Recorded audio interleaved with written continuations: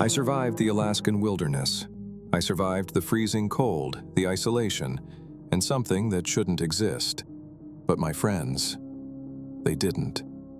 And I can still hear their screams in the wind, cutting through the snow, long after the sun has set. I'm not the type to chase legends. I'm practical, cautious. But my friend Mark, he's the kind who thrives on the extreme, the dangerous. Kennecott, he said, voice tight with excitement. Abandoned mining town, ice-covered mountains, frozen glaciers. People vanish there all the time. No cell service, no roads open half the year. Perfect for a real adventure. I should have said no. I should have stayed home. But the lure of Alaska, the untouched wilderness, pulled me in.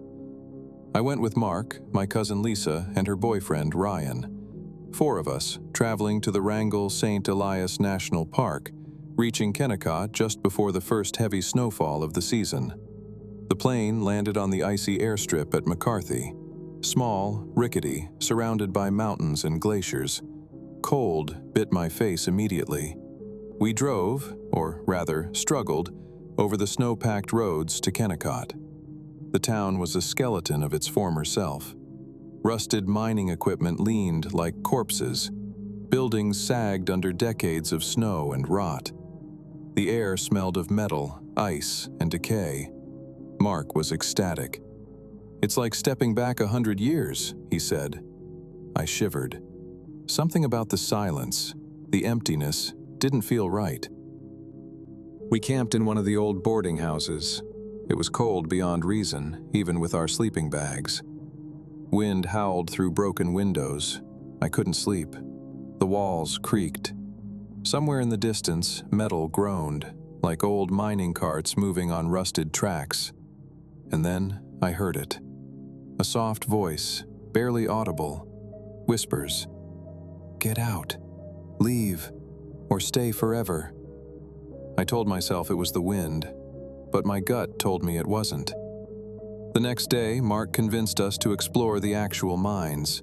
Rusty ladders led down into darkness, ice-covered shafts, wooden supports cracked and blackened with age. I should have stayed above ground. I should have refused. But curiosity, fear, and excitement carried me down the ladders into the tunnels. Inside, the air was thick and metallic. My flashlight flickered. Every step echoed unnaturally. Shadows shifted in the corners of the beam.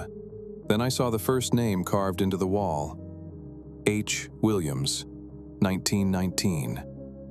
Below it, a date in fresh scratches, 2025. I froze. Mark laughed, waving his flashlight at the walls. Probably someone just messing around. But the tunnels had changed. The walls seemed to pulse as if alive. The shadows moved on their own. Then we heard it. A scraping sound coming from deeper inside the shaft. Slow, deliberate, but impossibly fast. Something was following us. We ran. And that's when Ryan screamed. He had fallen into a side tunnel. I turned just in time to see a figure, a miner, pale and emaciated, skin gray, mouth stretched wide, eyes hollow, drag him into the darkness. I ran, dragging Lisa with me. Mark tried to go back, screaming, but he disappeared too, swallowed by shadows. Lisa clung to me. Her tears froze on her cheeks. We stumbled through tunnels that twisted and looped impossibly. I could hear voices calling our names, echoing, whispering, laughing. The carvings on the walls multiplied. Hundreds of names. My friends' names appeared, freshly scratched. We could not find the way out. The mine had become a maze of living stone. Every time I thought I saw daylight, it vanished. Every exit led to more tunnels. The whispers grew louder. A chorus of voices, all trapped, all screaming silently, urging us to stay. Eventually, I stumbled into a vertical shaft that led outside, into a crevasse in the glacier.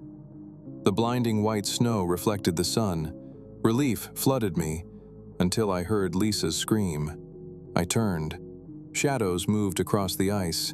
Figures crouched, twisted, impossibly tall. One reached for her. I ran. I couldn't save her. I couldn't save anyone. I slid down the glacier, frostbite biting at my hands and face, every step threatening to send me plummeting into darkness. I finally reached the river that led to McCarthy. I collapsed on the bank, shaking, screaming. The wind carried faint voices behind me, mocking, pleading. When rescuers found me, days later, I was the only survivor. My friends were never found. The search parties found nothing in the mines. No tracks, no bodies, no evidence anyone had entered. I know what I saw, and I know what took them. Now, I live in fear, not of humans, not of bears, not of the cold, but of that place. Sometimes, in the wind through my apartment, I hear scraping, whispering, laughter. Sometimes, I swear I see shadows moving in the corner of my eye. I survived Kennecott. My friends didn't. And I know the mines are still waiting for the next foolhardy adventurers. If your friends vanished into a ghost town in the Alaskan wilderness, would you risk going back to find them? Or accept that some places are beyond human reach? Share in the comments.